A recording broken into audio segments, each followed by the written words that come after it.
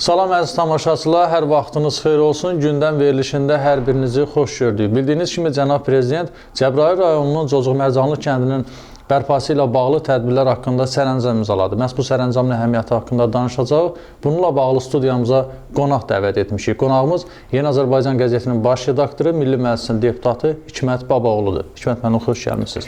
Hikmət müəllim, ilk olaraq Cocuq Mərcanlı kəndinin bərpası ilə bağlı Cənab Prezidentin imzaladığı sərəncamın əhəmiyyətinin haqqında sizin fikirlərinizi öyrənmək istəyərdik.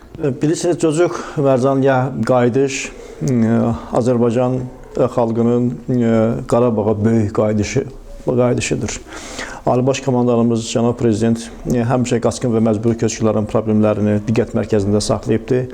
Amma eyni zamanda daima hər bir Azərbaycan vətəndaşının təhlükəsizliyi də Cənab Prezidentin diqqət mərkəzində olubdur.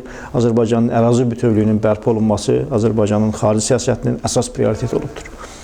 Cocuq Mərcanlı kəndi xeyli müddətli Azərbaycan ordusunun nəzarəti altındaydı. Amma orada məskunlaşma mümkün deyildi. Çünki orada məskunlaşacaq vətəndaşlarımızın təhlükəsizliyini təmin etmək məsələsində müəyyən problemlər var.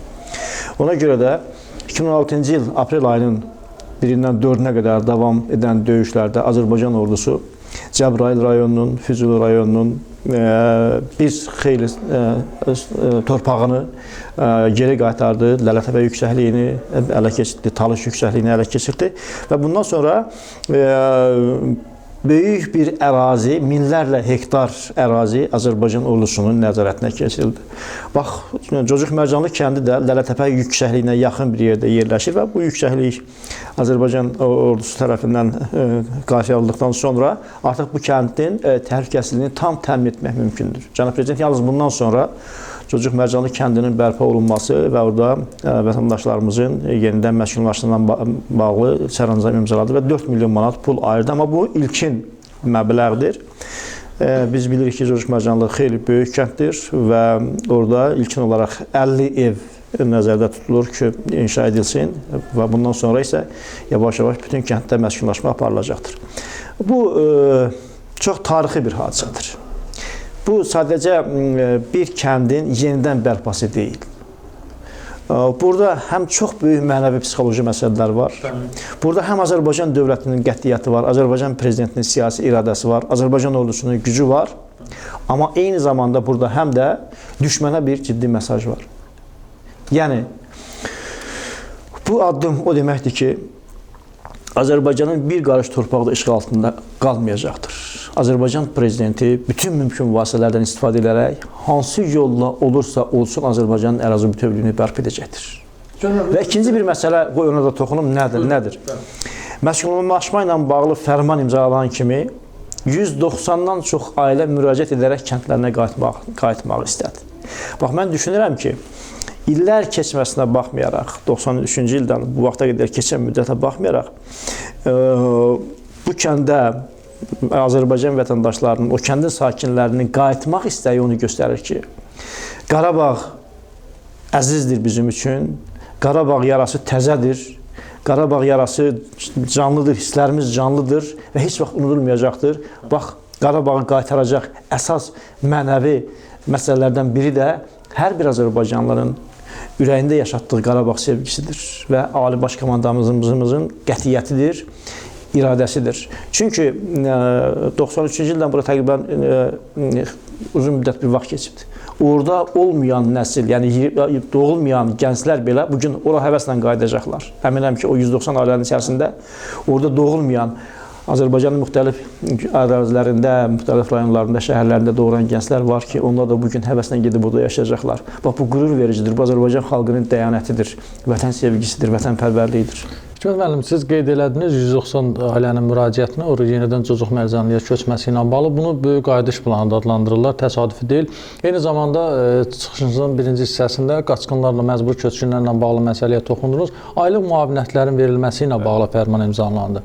Bununla bağlı sizin fikirlərinizi öyrənmək istəyirəm. Bax, elə bu fərmanın adını çəkdiniz, çox sağ olun. Burada görürsünüz, qaçqın və məcburi köçkünlərin problemlərinə kompleks yanaşma var. Biz bilirik ki, Azərbaycanda əhalinin böyük bir hissəsi az təminatlı ailələrdən ibarətdir. Ancaq bunların əsasını qaçqın və məcburi köçkünlər təşkil edir. Azərbaycanda 1 milyondan çox qaçqın və məcburi köçkün var. Bunların problemləri daima diqqət mərkəzində olubdur. Müxtəlif dövlət proqramları həyata keçirilibdir. Hələ Ulu Öndər Heydər Əliyevin dövründə onların problemlərinin həlli ilə bağlı xüsusi dövlət proqramı qəbul edilibdir. Daha sonra bir neçə dövlət proqramı yenə qəbul edilibdir. Artıq təkcə onların məskunlaşmasından deyil, eyni zamanda onların məşğulluğunun təmin olunmasından bağlı xüsusi dövlət proqramı qəbul edilibdir. Və bu prosesdə mövcud mərhələdə, hər mərhələdə mövcud reallıqlar nəzərə alınaraq bu qərarlar qəbul edilibdir və Azərbaycanın büdcəsinə uyğun olan və yaxud o dövrdə xidməti təşkil edəcək vasitələrin effektivliyinə uyğun olaraq qərarlar qəbul edilibdir. Tutaq ki, 90-cı illərin sonunda, 2-ci illərin əvvəllərində onlara kommunal xərclərin və müavinətlərin ödənilməsindən bağlı indiki göstəriləcək operativ xidmət yox idi. Məsələn, elektron kartlar yox idi, banklar belə xidmət göstərmirdi və s. Amma görürsünüzmü, vaxt aşırı şərtlər dəyişdikcə, texniki şərtlər dəyişdikcə, bax bu prosesdə ona uyğun addımlar atılır. Vaxtilə xüsusi qurumlar yaradılmışdı. Məsələn, kommunal xərclər o qurumlar vasitəsilə ödənilirdi. Amma burada bir bürokratiya vardı, dövrün xarakterinə uyğun olaraq. Tutaq ki, qaçqın və məcburi köçkün alacağı, ödəyəcəyi kommunal xərclərlə bağlı müxtəlif orqanlardan, müvafiq təşkilatlardan arayış alırdı. Onu göndərdi müvafiq yenə qurumlara, tutaq ki, Qaçqın.com və s. Və bunun nəticəsində demək, ona veriləcək kommunal xərclərlə bağlı ödəniləcək vəsait köçülürdü həmən o istehsalçı təşkilata, tutaq ki, Azəreşığa və yaxud Azərenerjiyə və yaxud Azərqaza və s. Amma indi nə baş verir? Cənab Prezidentin fərmanında göstərilir ki, aylıq bir dəfəlik müavinət hər adam başına 36 manat müəyyənləşdirilir. Bunun xüsusi yaxşı cəhəti nədən ibarətdir? Birincisi, hər qaçqın və məcburi köçkün ailəsində orta hesabla 4-5 nəfər ailə üzvü var. Və bu kifayət qədər ciddi bir məbləğə gəlib çıxır, əgər bunu ailə üzvlərinin sayına vursaq. İkincisi, biz bayaq qeyd elədik ki, qaçqın və məcburi köçkünlər və onlara bərabər tutulan şəxslərin ailə büdcəsi məhdud büdcədir indiki şərtlər. Və bu büdcənin proqnozlaşdırılması, yəni ailə büdcəsinin proqnozlaşdırılması və daha effektiv xərclənməsi onlar üçün aktualdır əslində. Ona görə də indi hər bir qaçqın və məcburi köçkün ailəsi bilir ki, tutaq ki, aylıq alacağı müəyyən miqdar var və bu miqdarı istədiyi kimi xərcləyə bilər. Yəni, tutaq ki, yay aylarında, tutaq ki, ona ayrılan kvotadan, limitdən az enerji işlədirdi, amma bunun əvəzində ona ayrılan vəsait qalırdı, istifadə olunmurdu və s. İndi həm operativ şəkildə heç bir bürokratik əngəllərlə üzləşmədən, heç bir arayış tələb eləmədən aydan aya elektron kartına bu pullar köçürüləcəkdir və o da öz ailə büdcəsini məhz əldə etdiyi gəlirlərə uyğun olaraq formalaşacaqdır. Nəticədə effektiv və demək operativ bir büdcə formalaşdıra biləcək ki, hardan tutaq ki, ekonomiya etmək olar və harda xərcləmək olar, artıq bu onun öz ailə işi olacaqdır, ailə büdcəsinin idarə olunması olacaqdır. Düşünürəm ki, bax bu indiki mərhələdə müasir əgər texnoloji vasitələr buna imkan verirsə, bu xidmət lazimidir. Və burada xidmət görürsünüz ki, birbaşadır. Ona görə də mən düşünürəm ki, bu onların həm sosial rifahının yaxşılaşmasına xidmət edəcəkdir, həm də ümumiyyətlə maksimum az səviyyədə bunların hansısa dövlət qurumundan və yaxud hansısa müvafiq strukturdan kontaktı olacaqdır. Birbaşa dövlətdən müavinətini alacaq. Şimdi müəllim, həm Azərbaycanlı ekspertlər, həm xarici ekspertlər prezidentin Cocuq Mərcanlı ilə bağlı imzaladığı sərəncamdan sonra və ümumiyyətlə Azərbaycanın prezidentinin Qarabağla bağlı atdığı son addımlardan belə bir nəticəyə gəlirlər ki, belə bir fikirə irəli sürürlər ki, növbəti aprel əməliyyatı ola bilər. Siz necə düşünürsünüz? Bilirsiniz, mən fikrimin başında da dedim ki, Cənab Prezident hər yerdə bəyan edibdir. Bütün beynəlxalq təşkilatlarda, bütün dövlət başçıları ilə görüşlərində, eyni zamanda Azərbaycan vətəndaşları görüşlərində deyib ki, biz heç vaxt Qarabağa müstəqillik verməyəcəyik. Deyib ki, biz ərazi bütövlüyümüzü nəyin bahasına olursa olsun bərpa edəcəyik. Və eyni zamanda Cənab Prezident daha uzaq görən mesajlar verərək qeyd edib ki, biz Zəngəzura qayıdacağıq, Göyçə qayıdacağıq, İrəvana qayıdacağıq. Düzdür, bəlkə o ərazilər bizim inzibati siyasi sərhədlərimiz içərisində olmayacaq, amma Azərbaycanlılar gedib orada yaşayacaqlar öz tarixi torpaqlarında, ata-baba yurtlarında. Mən düşünürəm ki, strateji hədəfin belə uzaq götürülməsi və düzgün müəyyənləşdirilməsi bizi Qarabağa qaytaracaqdır. Bugün reallıq ondan ibarətdir ki, həm əhalinin sayı etibarilə Azərbaycan artıq 10 milyondur. İqtisadi imkanlarına görə Azərbaycan çox böyüyübdür. Halbuki bunun müqabilində müqayisə etsək görəcəyik ki, Ermənistanın iqtisadiyyatı yoxdur. Orada demək demoqrafik problem var, əhali artımı yoxdur və s. və s. Belə olanda, belə olduğu halda buna paralel olaraq Azərbaycan ordusunun güclənməsi, aprel döyüşlərində özünü göstərməsi və bütün dostlar düşmənə hər kəsə göstərməsi ki, Azərbaycanda belə güclü ordu var.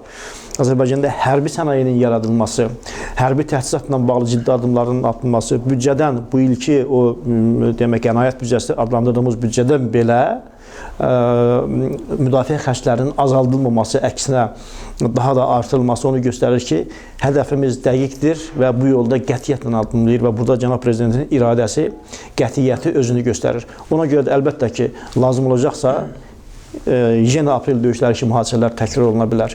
Düzdür, bu döyüşlərdə biz şəhidlər veririk, amma eyni zamanda biz torpağımızı əldə edirik.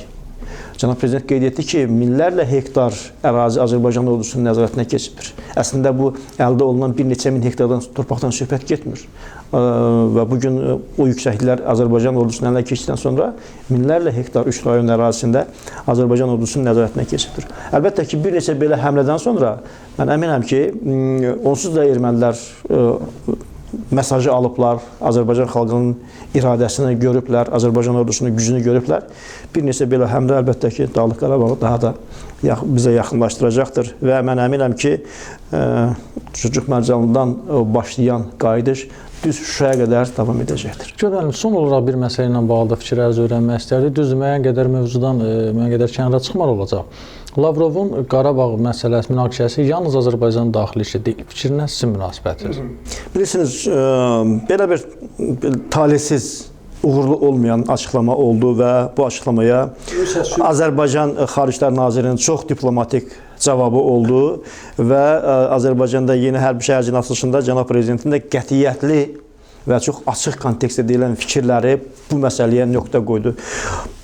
Amma bəzi hallarda bilirsiniz, müəyyən məsələlər var ki, onlar bir diplomatik etika içərisində olmalıdır və bunu hər bir diplomat gözləməlidir. Xüsusən baş diplomatlar buna riayət etməlidirlər.